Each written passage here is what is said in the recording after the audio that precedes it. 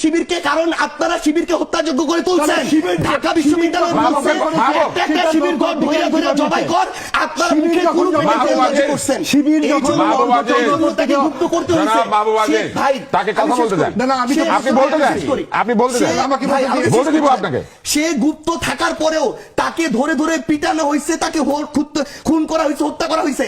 একটা মানুষ শেষ পর্যন্ত যখন আপনারা কেউ তার পক্ষে দাঁড়ান নাই, যেই মনে করেন 25 বছরের ছেলেটা শিবির করে, ওই ছেলেটা তো তার আগের কোনো কিছুর সাথে সম্পর্ক নাই, তার তো বেঁচে থাকার অধিকার আছে, তার পরিবারের সাথে থাকার বাঁচার অধিকার আছে। তাকেও যখন শুধু একটা আদর্শ ভিত্তিক রাজনীতি করার কারণে হত্যাযোগ্য করা হয়েছে, সে গুপ্ত হয়ে গেছে।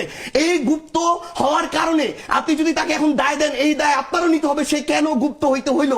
আর এনসিপির জায়গা থেকে এনসিপির দলীয় অবস্থান, এনসিপি মনে হয়েছে নির্বাচনী জোটে তার যাওয়া প্রয়োজন।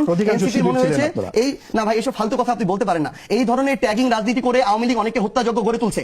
আপনি একটু আগে বলতেছেন যে আমরা ছাত্রলীগের তলে ছিলাম, হেলমেট ছিলাম, এখন আবার বলতেছেন না ভাই, আমি বলি এখন আবার বলতেছেন অধিকাংশ শিবির ছিলেন। তাহলে অধিকাংশ যদি শিবির আন্দোলন করে, এই আন্দোলনের ক্রেডিট আপনি তাকে দেন। আবার আপনি আমাকে এটা বলেন, আমি সার্জিস আলম 2017 সালে যেদিন ঢাকা বিশ্ববিদ্যালয়ে গেছি, ওই ঢাকা বিশ্ববিদ্যালয়কে যখন এইরকম ছাত্রলীগের আওয়ামী লীগের অধীনস্থ একটা ক্যাম্পাস বানায় রাখা হয়েছিল, আমাকে যখন গণরুমে প্রথম দিন দিয়ে উঠতে হলো, তখন আপনারা কথাই ছিলেন যখন না কোনোদিনও না। আপনি আমার কথা শুনে না শুনে আপনি বলতে পারেন না। আমাকে যখন গণরুমে থাকতে হলো, গেস্ট রুমে শুনতে হবে, আপনার কথা সময় বলিনি। আমাকে যখন গণরুমে রাখছে, গেস্ট রুমে রাখছে, আমাকে যখন অত্যাচার করলো, নির্যাতন করলো, না শেষ করতে হবে ভাই। আপনি যখন পড়ছেন তখন এটা ছিল কিনা আমি জানি। আমি যখন পড়ছি আমারটা বলতেছি। আমাকে যখন গেস্ট রুমে রাখা হলো, প্রোগ্রাম করানো হলো, আমাকে যখন একজন আওয়ামী লীগের মন্ত্রীকে সালাম দেওয়ার জন্য ঘন্টার পর ঘন্টা মধুর ক্যান্টিনে দাঁড় করে রাখা হলো, তখন আপনার এই সিভিল সোসাইটি কোথায় ছিল? যখন ঢাকা বিশ্ববিদ্যালয়ের শিক্ষকরা এক একটা দালালের ভূমিকা অবতীর্ণ হলো, যখন আমাকে ওই ক্যাম্পাসে ওই নেতাদেরকে সালাম দিয়ে মাথা নোয়া নোয়া চলতে হয়েছে 3 বছর, তখন আপনার এই সিভিল সোসাইটি আপনারা কোথায় ছিলেন? আমাকে এটাতে বাধ্য হইতে হয়েছে। এরপরে আমার জায়গা থেকে যখন সুযোগ হয়েছে, আমি মাথা উঁচু করে দাঁড়াইছি। ওই অভ্যুত্থানের সামনের সাইডে যখন 2টা ছেলে দাঁড়াইছিল, এর মধ্যে একটা ছেলে ছিল সার্জিস আলম। এই সার্জিস আলম দাঁড়াইছিল এটা রিস্ক জেনে যে হয় সে বেঁচে থাকবে, তার কোনদিন সরকারি চাকরি হবে না, এটা জেনে দাঁড়াইছিল। সে যদি ওখানে বেঁচে থাকে, ভাই শেষ করি, আপনি আগের ওটা বলতেই পারেন না। আপনি আগের ওটা কোনোভাবে এই কারণে বলতে পারেন না, আমি দাঁড়াইছিলাম, আপনি দাঁড়ান নাই। আমি ওই রিস্ক শেষ করি কথা বলতে আমি শেষ করি। আপনারা আসেন কোথায়? না আপনি আপনার জায়গায় করছেন, কিন্তু আমি আগে দাঁড়াইছি তো রাস্তায়। আপনি আপনার জায়গায় করেছেন, কিন্তু আপনি শুধু আমার 14তে বয়স কত জানি না।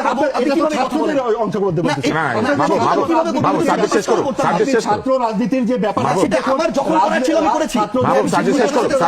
আমি শেষ করি ভাই, প্লিজ। তর্কের কিছু না, তর্কের কিছু না। আপনারা ব্যর্থ হয়েছেন, আপনারা প্রবীণ শিবিরকে, কারণ আপনারা শিবিরকে হত্যাযোগ্য করে তুলছেন। ঢাকা বিশ্ববিদ্যালয় বলছে একটা শিবির ঘর ধরে ধরে জবাই কর, আপনারা মুখে কোন করছেন। শিবির যখন তাকে মুক্ত করতে হয়েছে ভাই, তাকে কথা বলতে দেন। আপনি বলতে দেন, আপনি বলতে দেন, আমাকে বলতে দিব আপনাকে। সে গুপ্ত থাকার পরেও তাকে ধরে ধরে পিটানো হয়েছে, তাকে খুন করা হয়েছে, হত্যা করা হয়েছে। একটা মানুষ শেষ পর্যন্ত যখন আপনারা কেউ তার পক্ষে দাঁড়ান নাই, যেই মনে করেন 25 বছরের ছেলেটা শিবির করে, ওই ছেলেটা তো তার আগের কোনো কিছুর সাথে সম্পর্ক নাই, তার তো বেঁচে থাকার অধিকার আছে, তার পরিবারের সাথে থাকার বাঁচার অধিকার আছে। তাকেও যখন শুধু একটা আদর্শ ভিত্তিক রাজনীতি করার কারণে হত্যাযোগ্য করা হয়েছে, সে গুপ্ত হয়ে গেছে। এই গুপ্ত হওয়ার কারণে আপনি যদি তাকে এখন দায় দেন, এই দায় আপনারও নিতে হবে, সে কেন গুপ্ত হইতে হইলো। আর আমার কথা যদি বলেন,